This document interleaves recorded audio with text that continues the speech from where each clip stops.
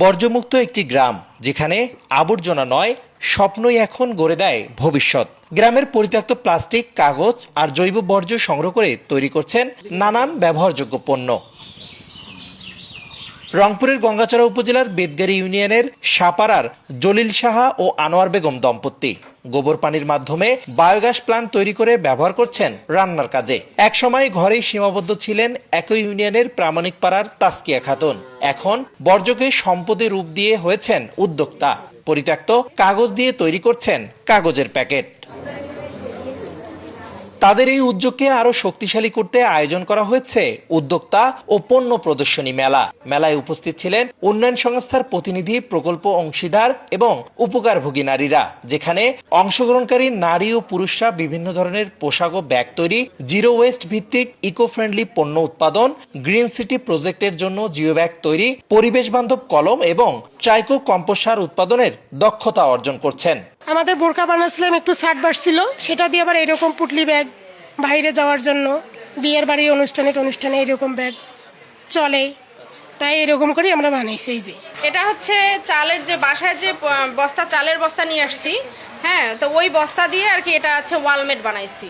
এটা একটা, তারপরে হচ্ছে এই যে পাপোশ, এগুলো চালের বস্তা দিয়ে, হ্যাঁ।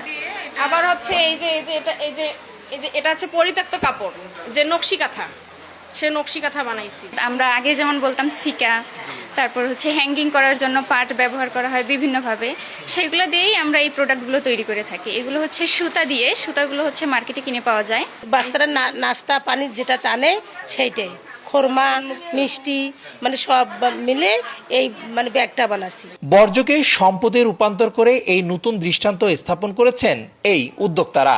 এমন উদ্যোগ ছড়িয়ে পড়লে বদলে যেতে পারে দেশের গ্রামাঞ্চলের অর্থনৈতিক ও পরিবেশগত চিত্র, এমনটাই মনে করছেন সচেতন মহল। পণ্যটা ফেলাই দিলে তো নষ্ট হয়ে গেল, আমরা ওইটাকে চিন্তা ভাবনা করে একটা ব্যাগ বানাইছি, যে এটা দিয়ে জানি নষ্ট না হয়ে যায়। বিভিন্ন গাছের বীজ দেওয়া আছে, ফলে শিক্ষার্থীরা বা যে কোনো ব্যবহারকারীরা লেখা শেষ হলে এটাকে যদি প্ল্যান করে, তাহলে সেখান থেকে একটা গাছের চারা গজাতে পারে। বস্তার থেকে একটি জিনিস বানানো হয়েছে, সেটার উপরে ডিজাইন করে, তো এখানে তারও ক্রিয়েটিভিটিটা আসছে, পাশাপাশি আবার আমরা পরিবেশ সুরক্ষার জন্য সে বস্তাটাও রিউজ করতে পারছি। পাঞ্জাবি দিয়ে ব্যাগ বানিয়েছে, প্যান্ট দিয়ে ব্যাগ বানিয়েছে, শাড়ি কেটে ড্রেস বানিয়েছে। এই জিনিসগুলো প্রমোট করে আমাদের কাজ ছিল। যে প্রোডাক্টটা আছে সেটা প্রদর্শনী হচ্ছে, আজকে একটা মেলা হচ্ছে, শুধু এর মধ্যেই আমরা থাকবো না, আমরা আগামীতে তাদের প্রোডাক্টগুলোকে আন্তর্জাতিক মার্কেটে বাজারজাত করা এবং দেশীয় মার্কেটে নিয়ে আসার জন্য আমরা কাজ করে যাচ্ছি। এদিকে সরকারের 100 দিনের পরিকল্পনায় থাকা জিরো ওয়েস্ট গ্রামটি একটি মডেল গ্রাম হিসেবে পরিচিতি পাবে, এমনটাই প্রত্যাশা পরিবেশ ও সামাজিক বাস্তবায়ন সংস্থার।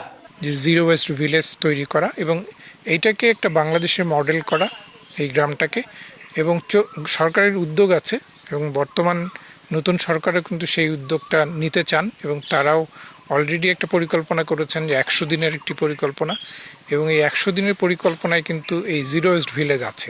এই উদ্যোগকে আরো শক্তিশালী করতে দুটি গ্রামের মোট 30 জন নারীকে সেলাই প্রশিক্ষণের আওতায় আনা হয়েছে।